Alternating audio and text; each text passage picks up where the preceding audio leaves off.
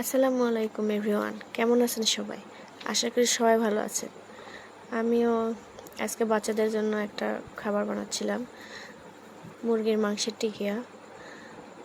আদিবা খাবে, খুব জেদ করতেছিল, কিন্তু আমার ছোট মেয়েটা খুব জ্বালাচ্ছিল, কান্না করতেছিল। সে অসুস্থ, অনেক জ্বর উঠছে গায়ে, কিন্তু আদিবা জেদ করতেছিল, আম্মু একটু খাবো, বানাই দাও।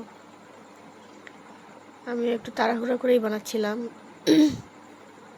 যেহেতু আমার ছোট মেয়েটা অসুস্থ, আর এগুলো বানাতে হলে অনেক সময়ের দরকার হয়, সময় দিতে পারতেছিলাম না আমি,